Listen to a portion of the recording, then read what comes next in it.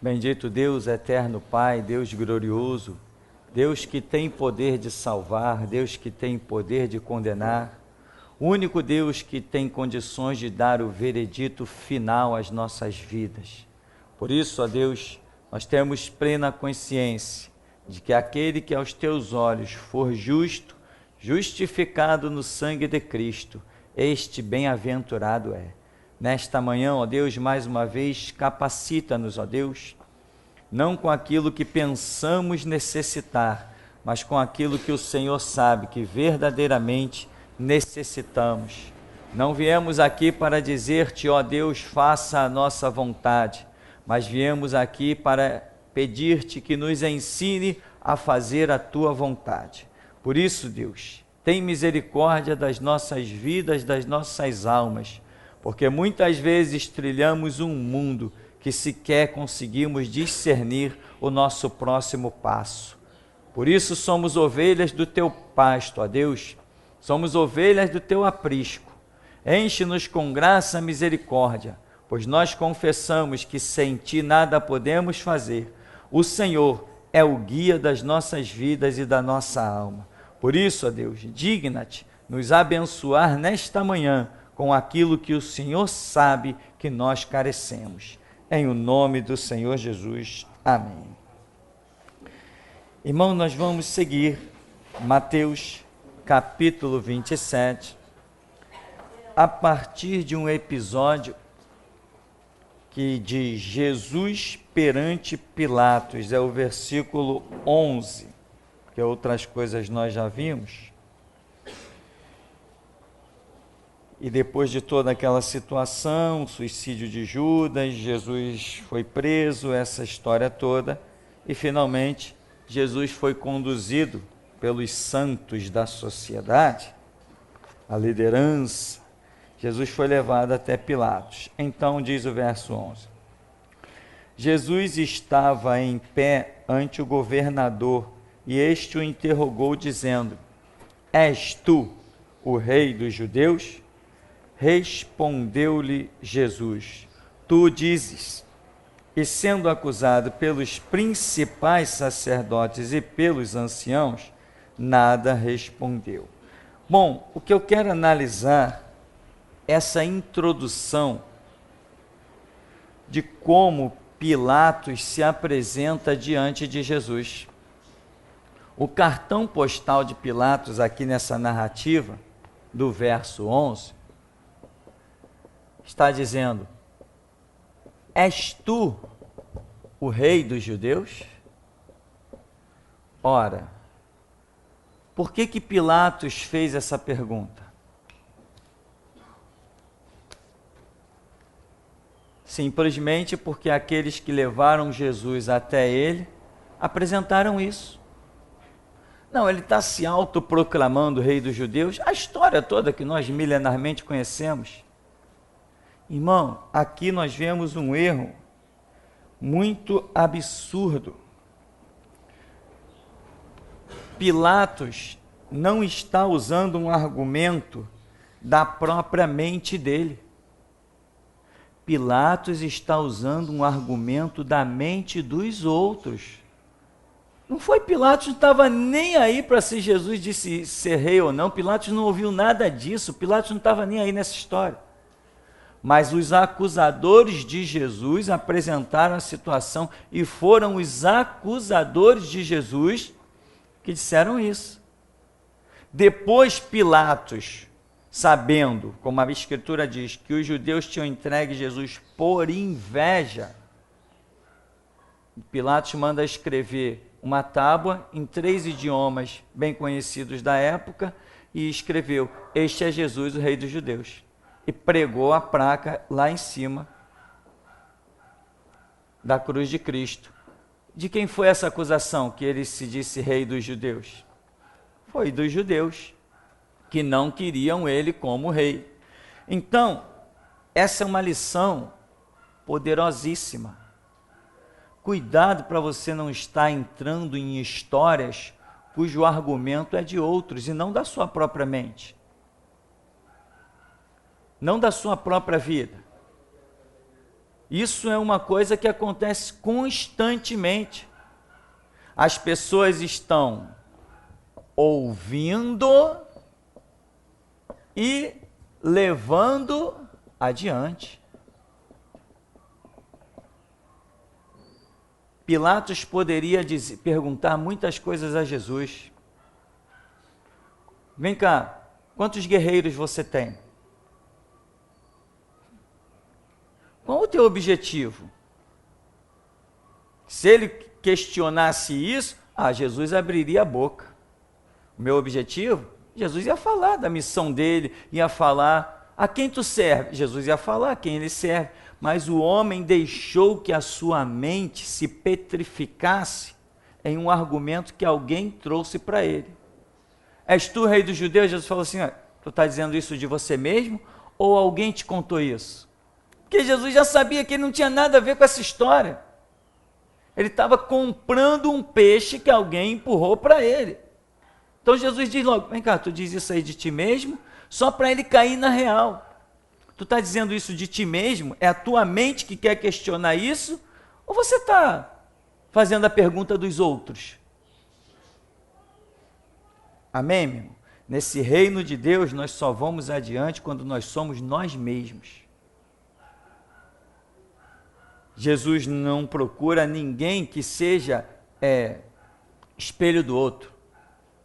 Porque Deus não levanta dois ministérios iguais, nunca levantou em parte alguma do universo.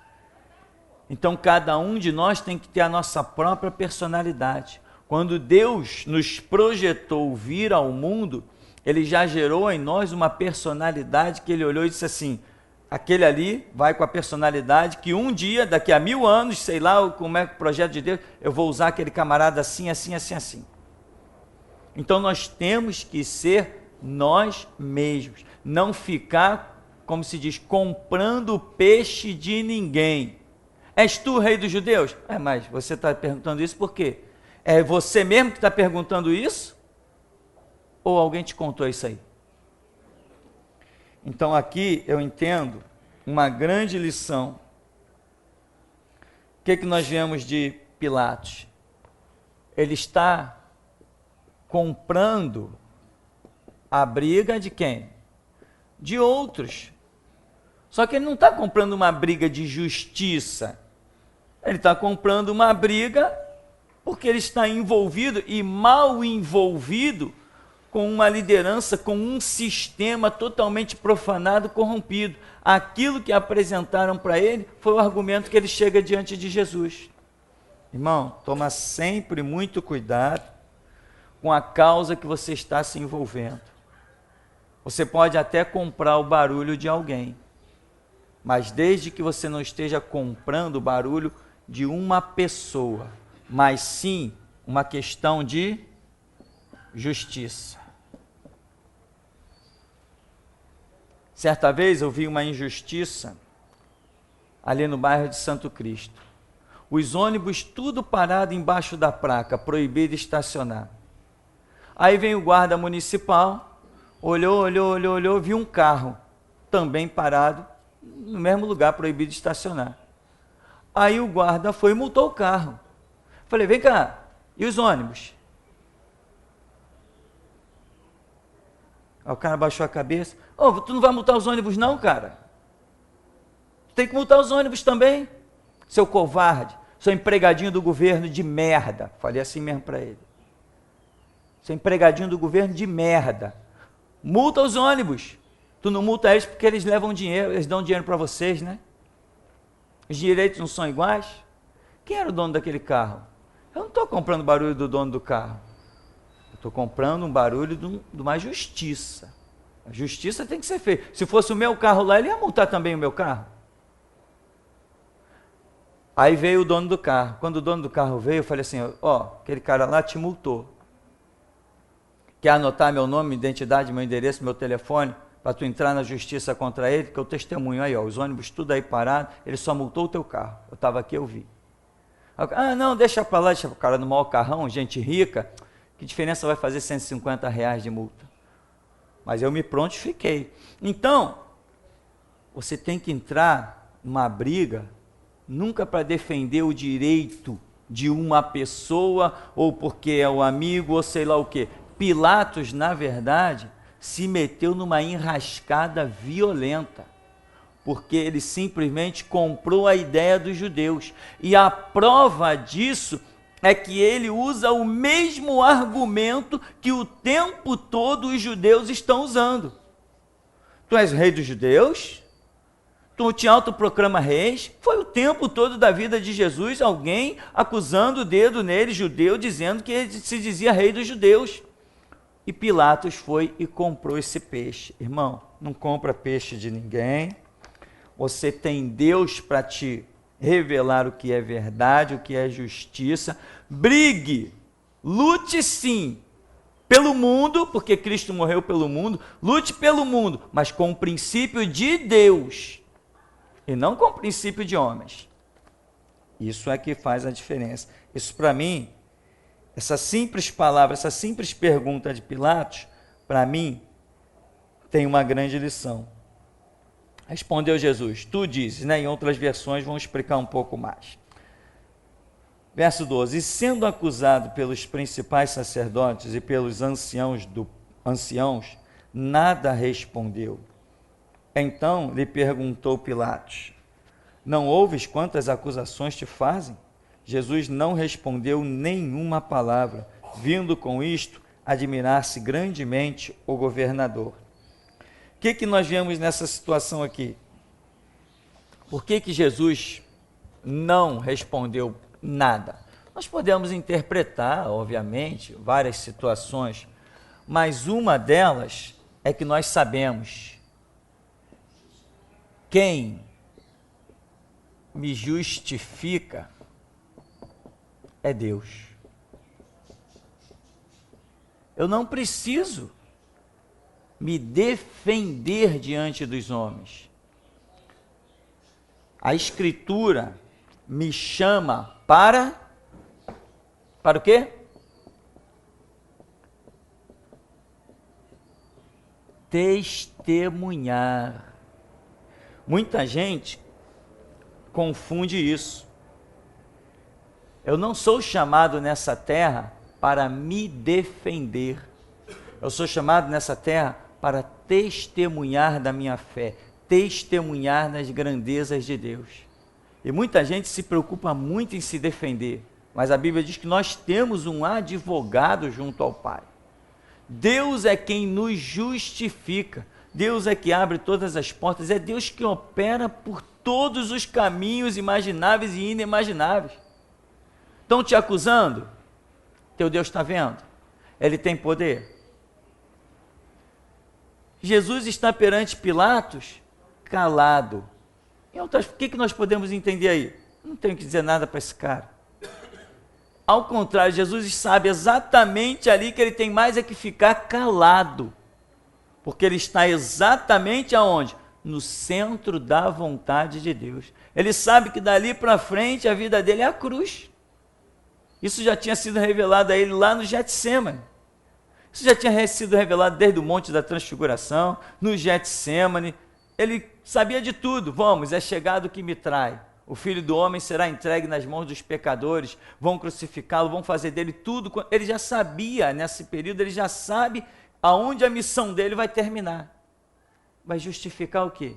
Eu pergunto, nós sabemos como terminará a nossa missão? Sabemos, meu irmão. Nossa missão vai ser sempre debaixo de acusação, debaixo de calúnia. Nós não queremos ser bem-aventurados.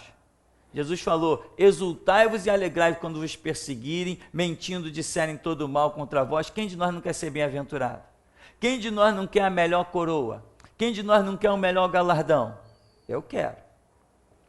Se você não quiser, meu irmão, me esforço para ganhar até o teu. Então, Jesus está ali para testemunhar das grandezas de Deus. Mas Pilatos quis saber do testemunho de Jesus? Não. Pilatos quis saber de uma palavra dos judeus de acusação. Tipo assim, tu és o rei dos judeus? Te defende aí. Jesus ficou calado. Jesus ficou calado, porque ele não está ali para se defender. E o argumento de Pilatos é chamando ele a uma defesa. Jesus não tem que dar resposta aos homens. Nenhum de nós tem que dar resposta aos homens. Então, quem conhece Deus e confia em Deus, não está preocupado em se defender, meu irmão. Uma vez eu vi um testemunho de um homem, não vou nem falar o nome, eu sei que você conhece. O homem disse o seguinte, que ele recebeu um telefonema, aí o camarada do outro lado da linha disse o seguinte: ô pastor fulano, eu estou aqui com a minha irmã vai dizer que é garota de programa, que saiu contigo e que você não pagou o programa que você tinha combinado com ela, e nós vamos chamar a mídia, vamos jogar o seu nome na mídia, vamos dizer tudo isso a seu respeito. Nós queremos X. Esse pastor disse que se desesperou. Passou madrugadas em branco, clamando, suplicando. Eu tenho até essa pregação dele que ele fala isso. Imagina, meu irmão, se alguém chegar e ligar para minha casa: pastor Tupirani, tá, eu vou dizer que você saiu com uma prostituta, eu vou dizer que você se envolveu com homossexualismo, eu vou dizer que você assaltou o Banco Central, eu vou dizer que a sua casa é cheia de dólar, é cheia de libra, é cheia de euro. Tá bem, tá bom, meu irmão, tchau, passar bem. Caramba, o que eu tenho para me justificar? O que eu vou entrar em parafuso? E o meu Deus, que é meu escudo e minha fortaleza, não funciona não? Sabe o que acontece? Muita gente crê num Deus invisível, que é sempre invisível e nunca é presente. As pessoas dizem: eu creio em Deus, mas na hora do sufoco provam que não crê em Deus. Essa é a verdade, meu irmão. Tem muita gente que está se iludindo, e eu, quando percebi isso na minha vida, quando as situações vinham e eu ficava nervoso, eu ficava agitado, chegou uma época que eu comecei a me questionar: peraí, que confiança é essa que eu tenho? Hoje eu posso dizer: eu confio em Deus. Pode vir terremoto, pode desabar teto, a minha confiança está em Deus. Eu tenho plena consciência do Deus que eu sirvo. Ele é vivo. Mas até eu conseguir fazer o meu Deus se tornar vivo na minha vida, foi um exercício. A fé não é tão fácil como muita gente pensa. É muito fácil você crer no que você vê, mas você crer no que você não vê, não é tão fácil. Então, Jesus não procurou se defender. Isso é a lição, meu irmão. Nós não temos que estar procurando nos defender. De jeito nenhum. Eu sempre lembro daquele episódio da prisão. Provavelmente aquele delegado que chegou perto de mim imaginou que eu fosse tentar 1000 justificativas, 1000 ensinamentos, 1000 interpretações. E ele ouviu, foi o que ele nunca imaginou na vida dele. E eu garanto que diante de um membro da geração Jesus Cristo, aquele delegado nunca mais vai querer uma entrevista. Nunca mais vai querer dizer nada. Se acontecer alguma coisa, que alguém bater na delegacia dele, e alguém disser assim: aquele cara lá é membro da geração Jesus Cristo, e ele vai sair pelas portas do fundo. Ele não vai querer assunto com um membro da geração Jesus Cristo. Então, por quê? Não tem essa de nós querermos nos justificar. Nós testemunhamos de acordo. Claro, a gente sente o mover de Deus, porque Jesus falou: quando vos levarem perante o tribunal, não vos preocupeis com o que haveis de falar, porque naquela mesma hora o Espírito do vosso Pai é quem falará por vós. Eu vi isso, né? Então, irmão, Jesus não se justifica,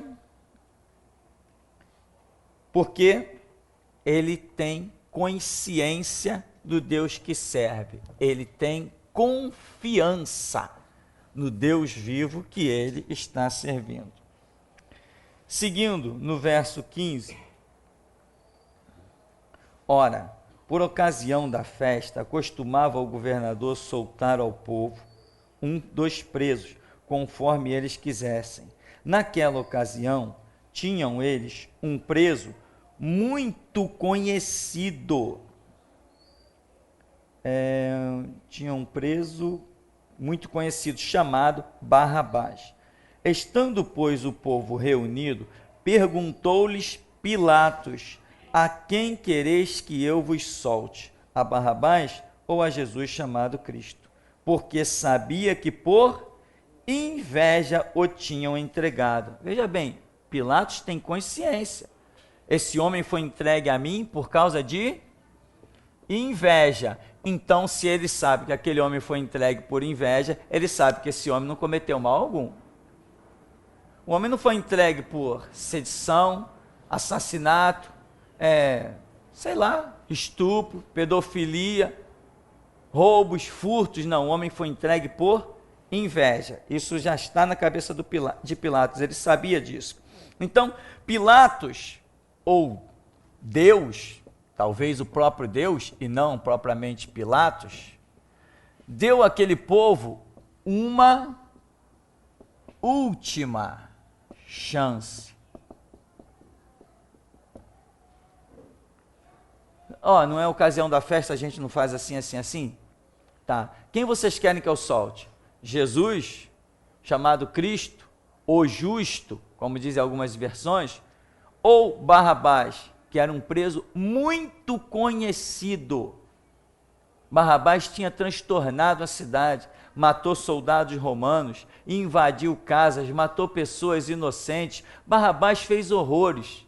Barrabás naquela época fez coisa que hoje bandidos com a mente criminosa ficam no chinelo. Barrabás era terrível mesmo. Barrabás montava grupos de pessoas para invadir casas, para assassinar, para fazer coisas horrendas. Barrabás era um cara encapetado, como nós dizíamos nos dias de hoje. Então, vem uma proposta em que é mais uma última chance. Eu aqui vejo essa última chance sendo dada ao povo judeu, àquela liderança, porque é óbvio que eles sabiam muito bem quem era Jesus. A Escritura vai mostrar isso com muita clareza. Então agora eles estão ali, diante de Jesus, estão vendo o que eles querem, eles estão desejando a morte daquele homem, mas toda acusação que eles têm contra aquele homem é que ele se disse rei dos judeus. É essa acusação, foi isso que eles passaram para Pilatos. Eles nem passaram para Pilatos aquilo que Jesus falou, que eles acharam tão blasfemoso. Ele se diz filho de Deus. Eles não se preocuparam em enfatizar tanto isso. Eles não se preocuparam em dizer que, ele falou que derruba o templo e em 3 dias vai erguer novamente. Eles não se preocuparam em dizer isso, que foi motivo de acusação. Eles não se preocuparam em dizer isso para Pilatos, porque Pilatos ia fazer o quê? Ia rir da cara deles. Mas é essa acusação que vocês me trazem? Que o homem disse que vai derrubar o templo e vai erguer em 3 dias? Pilatos ia morrer de rir da cara dos judeus com uma acusação dessa. Tudo que eles tinham para dizer é que ele era o rei dos judeus. E isso, na verdade, eles reconheciam. Então, foi dada a eles a última chance de um retrocesso, de voltar atrás entre Barrabás versus Jesus. Se fosse comparar o que Barrabás fez com o que Jesus fez, Jesus nunca assassinou ninguém, nunca invadiu a casa de ninguém, nunca assaltou ninguém nas estradas de Jericó.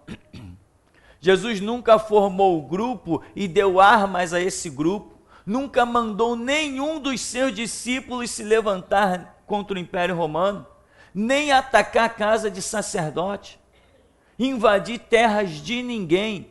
Então eles estão diante de 2 situações completamente diferentes. Deus usou aquela situação e falou assim: vou mostrar o quanto esse povo é obstinado e mau. Como Jesus falou assim, uma geração má, perversa e adúltera está pedindo um sinal. Nenhum sinal será dado a vocês, senão do profeta Jonas. Mas Jesus já tinha falado, uma geração má, adúltera, perversa. É essa geração que está pedindo sinal. Não vai ter sinal.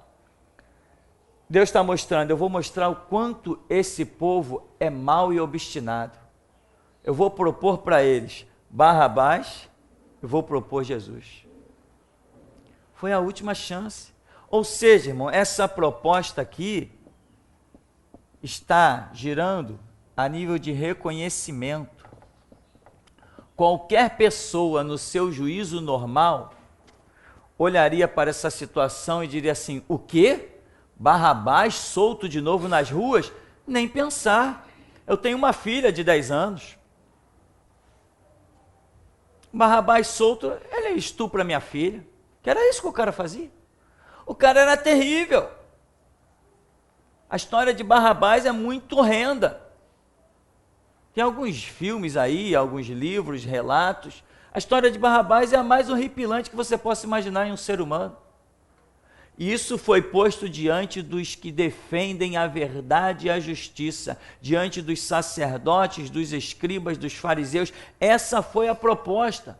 Um homem que nunca pegou numa espada com um homem que assassinava, estuprava, invadia casas, fazia as coisas mais horrendas. O que Deus está mostrando desse povo? Deus está mostrando desse povo que em 1939 Deus ia deixar se levantar uma besta chamada Hitler. E aquilo que eles escolheram em Barrabás, eles iam experimentar. Eles não queriam homicídio? Eles não pediram um homicida? Então toma Hitler, já que vocês querem um homicida. Eles não pediram um estuprador? Você tem ideia de quantas crianças de 9, 10, 11, 12 anos foram estupradas pelos soldados alemães? Duvido que algum de nós consiga ter ideia disso, meu irmão. Você tem ideia de quantas mulheres foram violadas, violentadas? Mas não foi o que eles pediram. Foi o que eles pediram. Você tem ideia de quantas casas de judeus foram arrombadas, saqueadas? Ora, mas não foi o que eles pediram, Barrabás? O arrombador de casas, o saqueador, não foi o que eles pediram? Se eles pediram, eles vão ter. Então, Deus é sempre justo. Aquilo que você semeia é o que você colhe. Então, Deus está, mais uma vez, além de estar dando a última chance para aquele povo, ou seja, Deus está mostrando o absurdo, a discrepância chamada Barrabás contra Jesus, um homem que nunca pegou numa espada, nem nunca mandou seus discípulos fazer nada de mal a ninguém absolutamente. Todo mundo sabia disso. Mas só porque a multidão seguia Jesus, multidão que não usava armas, não usava pedaço de pau, multidão que nunca invadiu a casa de ninguém, multidão que nunca disse, estou com fome e vou roubar ali, não, porque Jesus está multiplicando os pães e os peixes no meio deles. Deus está mostrando o absurdo da história. Como que um ser humano pode, por inveja, que é o sentimento que corrói mais que o câncer, a inveja no mundo mata mais do que qualquer doença. A inveja no mundo mata mais do que as duas guerras, grandes guerras que se passaram aí. Todas as guerras da humanidade não se comparam aos mortos por inveja. Quando uma pessoa deixa esse sentimento a dominar, ela vai para a sepultura e não tem jeito. Então Deus está mostrando o que a inveja faz com o ser humano, a ponto de dizer, não, solta esse cara aí, o Barrabás, e mata Jesus Cristo. O que eu farei com Jesus? Crucifica. Mas que mal ele fez? Crucifica. Não, mas eu sou inocente do sangue deste homem. Não, deixa o sangue dele cair sobre nós, mas crucifica. Solta Barrabás. Isso foi um absurdo que a história tem para apresentar, meu irmão. Poucas coisas podem ser comparadas a isso. Já que eles pediram Barrabás, toda a história da vida dos judeus tem um Barrabás atrás deles fazendo alguma coisa. Toda a história da vida deles tem um Barrabás. Se eles tivessem optado por Cristo, Cristo seguiria todas as suas gerações. Eles escolheram Barrabás, Barrabás seguirá todas as suas gerações. Quando está tudo em paz, lá vem um míssil dos árabes, lá vem um kamikaze, um homem-bomba, tem sempre pedaço de judeu pelo mundo espalhado. Mas foi o que eles pediram, né? Então a última chance sempre está diante de todos.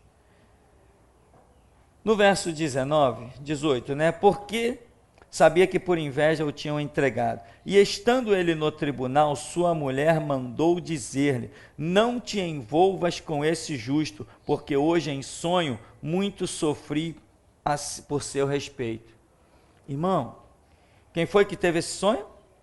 Uma santa mulher de Deus? Não, uma romana, sei lá, uma ímpia. Alguém que não demonstra, a Bíblia não diz nenhuma reverência por Cristo, ou seguir a Cristo, ou reverência pela lei do judeu, ou alguma religiosidade. Não, uma mulher, esposa de Pilatos. Eu tive um sonho. Ou seja, como Deus não abandona ninguém na sua ignorância. Como a Bíblia diz que Deus não leva em conta o tempo da ignorância. Como Deus está sempre ali cercando, porque Deus não tem prazer na morte do ímpio. Deus está olhando a besteira que Pilatos vai fazer, porque como governador, ele realmente tem alguma autoridade. Como ele viu que em Jesus era justo, ele sabia muito bem, já tinha tomado conselho com os seus soldados, seus capitães. O que esse homem tem feito aí pela cidade? Porque se você fosse o governador e estivesse diante de uma situação dessa, você não consultaria os seus sentinelas e os seus guardas? Vem cá, me trouxeram esse Jesus aí, o que vocês ouviram a respeito dele? Ele matou alguém? O que ele fez? Você não faria isso? Pilatos também fez. Claro que Pilatos fez. O que os capitães disseram para Pilatos? Não temos notícia que ele matou ninguém, não. Ele violou o direito de alguém? Não temos notícia que ele tenha violado nenhum direito de ninguém, não. Qual o problema com esse Jesus? Não, é que estão dizendo aí que ele é rei dos judeus. Então Pilatos, para não mergulhar na sua ignorância e ficar até hoje no inferno lavando as suas mãos, Deus vem e usa a sua esposa, dá um sonho a ela, ela manda o recado para ele, ela não podia chegar no tribunal, ela deu um jeito, mandou recado e Pilatos recebeu a notícia. Não te envolvas na questão desse homem. Fica fora disso, porque essa noite eu sofri por esse cara aí. Pilatos deu ouvidos? Não, Pilatos não deu ouvidos. É apenas um sonho. O governador aqui sou eu, né? Eu sei o que fazer, deixa comigo. Então, irmão, todos são avisados. A Bíblia diz que ninguém chegará ao inferno inocente. Eu não acredito em inocente no inferno. Não existe no inferno ninguém inocente. Todos, de alguma maneira, mesmo que a gente olhe e diga assim, não, aquele cara não foi avisado. Quem somos nós para dizer que Deus não avisou? Se a Bíblia não trouxesse um relato de que a esposa de Pilatos teve um sonho e avisou ele, nós diríamos, Pilatos entrou numa canoa furada sem saber, né? Não, sem saber não, ele sabia sim. Mas se esse relatozinho, esse versozinho aqui, o 19, né? Se esse verso 19 não tivesse aqui na Bíblia, essa narrativa, nós diríamos, poxa, Pilatos, né? Coitado, se deu mal. Coitado não, ele foi avisado com todas as letras da mesma maneira que cada um de nós o é. Então, eu não acredito em inocência de ninguém. O que eu acredito é em oportunidade. Se alguém não teve a sua, vai ter. Quem não teve ainda a sua oportunidade, vai ter. Agora, depois que teve a sua oportunidade, agora vai lavar as mãos lá no inferno.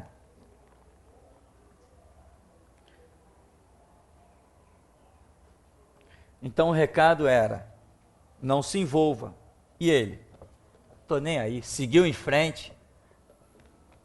Se era para ele não se envolver, o que ele tinha que fazer? Não quero tomar partido nesse negócio de lei de judeu, nem do homem que se diz rei. Jesus não oferecia nenhuma ameaça para o Império Romano. O Império Romano estava acostumado a dominar exércitos e nações, ia se preocupar com Galileu, com 1000 discípulos. Vê quantas armas tem aí no meio dos discípulos de Jesus. Nenhuma. Como que Roma ia se preocupar com um negócio daquele? 10 soldados romanos acabariam com todo o exército de Jesus, naturalmente falando. Mas Pilatos se envolveu. No que era para não se envolver, Pilatos se envolveu. Então todos têm a sua oportunidade. Seguindo mais um pouquinho, no verso 20, mas os principais sacerdotes e os anciãos persuadiram o povo a que pedisse Barrabás e fizesse morrer Jesus. Veja bem, a liderança fez o quê? Persuadiu o povo. Muita gente acha que só a liderança tem sua culpa. Não, meu irmão, como que liderança só tem a sua culpa? O povo é culpado, todos nós, se ninguém comparecerá inocente no inferno, perante o tribunal de Cristo, é porque todos nós temos a nossa parcela de culpa. Vê que o povo está lá quieto, vem os líderes, a liderança persuade o povo. E o povo grita o quê? Barrabás. Ora, mas o povo também não sabia a diferença de Jesus para Barrabás? Sabia. Todos nós temos a nossa parcela de culpa. Por exemplo, quando a besta Hitler subiu no poder da Alemanha, como que ele subiu no poder? Ele era um ditador? Não, Hitler não era ditador, não. Porque foi o povo que botou ele lá. Pega as gravações da Segunda Guerra Mundial e você vai ver as crianças nos colégios tudo usando camisa do Hitler, porque os pais aceitaram. Nossos filhos serão promovidos, nossos filhos serão exaltados, vamos dominar todas as nações. Hitler é o nosso pai. Então eles estavam visando o lucro pessoal deles. O povo tem sua culpa. Aparece lá as mulheres fazendo desfiles e coreografias para Hitler. Não aparece? Você já viu os filmes da Segunda Guerra Mundial? Tem aí na nossa sala. Os historiadores como mostram que o povo aclamou Hitler, o povo queria o quê? O povo queria que Hitler fizesse todo mundo escravo deles. Então eles não têm culpa. Porque aquilo que nós não queremos que seja feito conosco, não podemos querer para os outros. Se eu não quero ser escravo, como é que eu posso aceitar que outros sejam escravos? Se eu não quero viver na miséria, como eu posso aceitar que outros vivam na miséria? Então o povo tem sua culpa. Sempre teve, sempre terá. Quem manda no mundo não são os exércitos, não, meu irmão. Quem manda no mundo é o povo, mesmo sem arma. Mesmo sem arma, quem manda no mundo é o povo. Só que o povo se acovarda, se acomoda ou ainda recebe aquela falsa mensagem da liderança de engrandecimento. Não é a liderança só que é culpada, não. Uma entrevista com o homem que lançou a bomba em Hiroshima, uma entrevista, tá lá, eles filmaram tudo, né? Filmaram um avião decolando, filmaram a bomba, uma bomba imensa, filmaram tudo da bomba em Hiroshima. Quando o homem é entrevistado, o piloto, diz assim, mas o que você sentiu na hora que você ia lançar essa bomba? Você tinha consciência de que ia matar milhões de pessoas? Aquela bomba, quando explode, ela, por onde ela vai passando, ela vai derretendo tudo. Veículos viram um monte de lata velha derretida, como metal derretido. As pessoas nem sentem a dor da morte. Viram o esqueleto, vai tudo sendo derretendo no impacto daquela bomba, uma coisa horripilante. Até hoje nascem pessoas com problemas genéticos lá onde a bomba foi lançada. Aí pergunta o camarada, vocês tinham consciência disso? Você sabia quantas pessoas iam ser mortas? Você tinha consciência dessa atrocidade? Tinha. E o que você sentiu na hora de soltar essa bomba? Você não hesitou? Não, eu estava cumprindo ordens. Ah, é? Os soldados de Hitler também estavam cumprindo ordens. O povo não tem culpa? Claro que o povo tem culpa. Não existe liderança sem liderados, meu irmão. Se Hitler foi um líder, é porque alguém aceitou ser liderado por ele. Se Stalin, um assassino lá da Rússia, foi um líder, é porque o povo aceitou ser liderado por eles. Se daqui a pouco um presidente no Brasil começar a fazer besteira e o poder dele for crescendo, crescendo, crescendo, é porque cada um de nós aceitou. Não são os exércitos que mandam no mundo, isso é ilusão. Quem manda no mundo é o povo. Só no Brasil somos quase 200 milhões. Conta quantos do exército tem. Se a nação se levantar e disser assim, não quero isso, o exército tem as armas, vai matar todo mundo. Então mata todo mundo, quero ver vocês se sustentarem. Quero ver vocês, soldados, irem para o campo plantar. Quero ver vocês, soldados, fazer o transporte da alimentação para o mercado. Quero ver vocês, soldados, criarem as geladeiras. Quero ver vocês, soldados, criar as próprias balas dos revólveres de vocês. Tudo isso quem faz é o povo. Não existe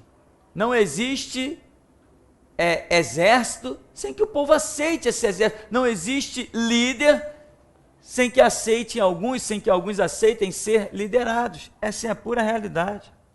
Agora, o povo, quando tem a proposta de engrandecimento, como foi o caso dos judeus, eles se calam, eles aceitam, porque a proposta é de engrandecimento. Aí você vê lá nos relatos históricos da Alemanha, colégios inteiros. Hitler lançou uma propaganda, dê-me os vossos filhos e eu farei deles campeões. Aí colocou lá um cara todo musculoso numa foto, aí os pais todos entregaram seus filhos para se tornarem robôs de Hitler.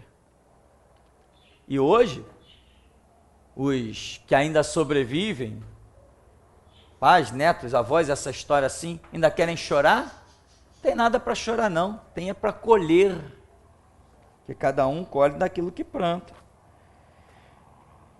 Aqui então, no verso 20, mas os principais sacerdotes e os anciãos persuadiram o povo a pedirem Barrabás e fazer morrer Jesus. De novo perguntou-lhes o governador, qual dos dois quereis que eu vos solte? Responderam eles, Barrabás. Replicou-lhes Pilatos, que farei então de Jesus chamado Cristo? Seja crucificado. Responderam todos. Que mal fez ele? Perguntou Pilatos. Porém, cada vez clamavam mais, seja crucificado. Vendo Pilatos que nada conseguia, antes pelo contrário, aumentava o tumulto, mandando vir água, lavou as mãos perante o povo, dizendo, estou inocente do sangue deste justo, fique o caso convosco. E o povo todo respondeu, caia sobre nós o seu sangue e sobre nossos filhos. Então Pilatos lhes soltou Barrabás e, após haver açoitado a Jesus, entregou-o para ser crucificado. Pilatos não tem culpa? Estou inocente do sangue deste justo? Como que eu estou inocente? Se eu tenho autoridade. Ele não falou para Jesus, tu não reconheces que eu tenho autoridade para te soltar ou te mandar crucificar? Então usa a tua autoridade, porque aquele que sabe fazer o bem e se omite, comete pecado. Pilatos tinha autoridade como governador, agora não soube se comportar. Ele tinha que ter atitude, já que ele tem uma posição. Quem tem uma posição, tem dentro dessa posição uma autoridade, e quem tem a autoridade tem que agir de acordo com isto. Ele reconhece em Jesus um justo, ele reconhece um Barrabás um homicida, ele reconhece tudo isso, mas o poder está na mão dele em prender e em soltar. E o que ele faz? Ele solta o homicida e ele manda crucificar o justo. Foi Pilato que redigiu a carta da crucificação de Jesus Cristo, que por coincidência eu tenho até uma cópia dessa carta. Tenho mesmo, irmão. É sério isso, eu tenho uma cópia da carta da crucificação de Jesus, né? Através de documentários, isso chegou até nós. Então, Pilatos mandou crucificar Jesus. Os judeus, apesar de tudo, não tinham autoridade para crucificar Jesus. Quem crucificou Jesus? Ah, tá bom. Foi a pressão dos judeus e a ação de Pilatos. Ambos têm culpa na história, tanto os judeus quanto Pilatos. Amém, meu irmão? Então, mesmo depois do aviso, Pilatos se envolveu, não fez a mínima daquele sonho. Outra coisa importante, irmão, a questão da crucificação de Jesus, da condenação do justo, é uma questão muito grande. E um homem foi avisado para ficar fora daquela história, Pilatos. Como que ele foi avisado? Da maneira mais simples que alguém poderia ser avisado, apenas com um sonho. Apenas com um sonho, Deus trabalhou para tentar livrar um homem do inferno. Apenas com um sonho. Então, irmão, atente. Não imagine que a voz de Deus tenha que vir com trovões, raios, relâmpagos. Não queira você decidir como Deus vai falar. Apenas atente para quando algo chegue até você, vá buscar, vá se humilhar diante de Deus e procurar saber se aquele ponto, aquela vírgula procede de Deus ou não procede. Mas não queira você mesmo esquadrinhar as coisas e dizer assim, que nada. Se fosse de Deus, Deus falaria comigo. Deus pode me dar um sonho também. Por que ia dar para fulana? Deus poderia ter dado o sonho a Pilatos, e no entanto deu à esposa dele. Deus usa os seus caminhos, e o que cabe a cada um de nós é procurar saber em que caminho Deus está e em que caminho Deus não está. Um simples sonho, se aquele homem tivesse atentado, a história da vida dele seria bem diferente. Um simples sonho. Amém, meu irmão? Aprenda essa lição. Um simples sonho. Todo mundo que me conta um sonho, eu posso achar o sonho mais absurdo, mais sem lógica, mais sem sentido, mas eu vou lá e oro, Deus, esse sonho vem do Senhor ou não vem do Senhor? Entrego na mão de Deus e toco a vida. Não vindo do Senhor, simplesmente aquilo vai sair da minha mente, eu vou esquecer, acabou a história. Quando vem do Senhor e Deus vê que eu fui em busca da verdade, Ele vai falar comigo. Tão certo como o ar que eu respiro, Ele vai falar comigo. Agora tem gente que é arrogante. Eu não acredito em sonho do fulano. Meu irmão, eu também poderia não acreditar que uma mula tivesse falado. Então Deus usa quem quer, da maneira que quiser. Amém? Vamos dar uma paradinha, já já a gente volta.